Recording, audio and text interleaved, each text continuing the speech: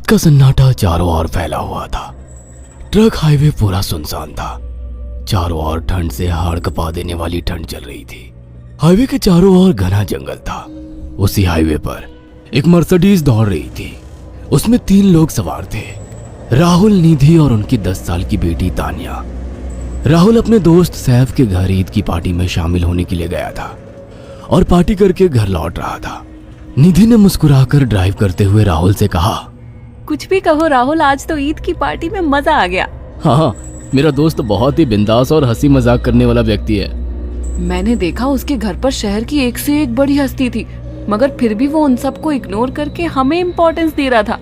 हाँ, देगा क्यों नहीं, आखिर मेरा दोस्त जो है। सच में राहुल, अमेरिका से इंडिया लौटकर बहुत अच्छा फील हो रहा है। वैसे तुम्हारा दोस्त सचिन अभी तक नहीं आया अमेरिका से? निधि की बात सुनकर राहुल चौंक कर बोला, ओह शिट यार, उसका फोन आया था कि वो इंडिया आ रहा है। उसने बोला था कि मुझे एयरपोर्ट पर पिक कर ले। निधि बहुत नाराज होगा वो। कोई बात नहीं, उससे बोल देना कि तुम्हें बिल्कुल याद नहीं रहा और फिर तुम्हें सैफ की इनवाइट की हुई ईद पार्टी में भी तो शामिल होना था। निधि ने इतना बोला ही था कि उसकी बेटी तानिया ने अपनी माँ की ओर देखकर कहा, मुझे भूख लगी है माँ, और प्यास भी। तानिया की बात पर निधि ने बुरा सा मुंह बनाकर उसकी ओर देखकर कहा, पार्टी में तो इतना खाया था तुमने, फिर भी भूख लगी है। निधि की बात पर तानिया ने मासूम सा चेहरा बनाकर कहा, कोई बात नहीं मम्मी, मुझे पानी ही पिला दीजिए। कितनी बार बोला है मुझे मम्मी मत बोला करो। पानी अभी नहीं है, आगे जाकर कोई शॉप पड़ेगी तो बोतल खरीद के दे दूंगी। निधि की बात पर राहुल ने मुस्कुराकर कहा, छोटी बच्ची है निधि, इतना नाराज होना सही नहीं है। राहुल ने इतना कहा ही था कि अचानक एक काली परछाई राहुल की कार के सामने आकर खड़ी हो गई। राहुल के पैर अचानक ब्रेक पर पड़ गए। गाड़ी तेज रफ्तार में थी। ब्रेक अचानक लगने से पलटते पलटते बाल बाल बची थी।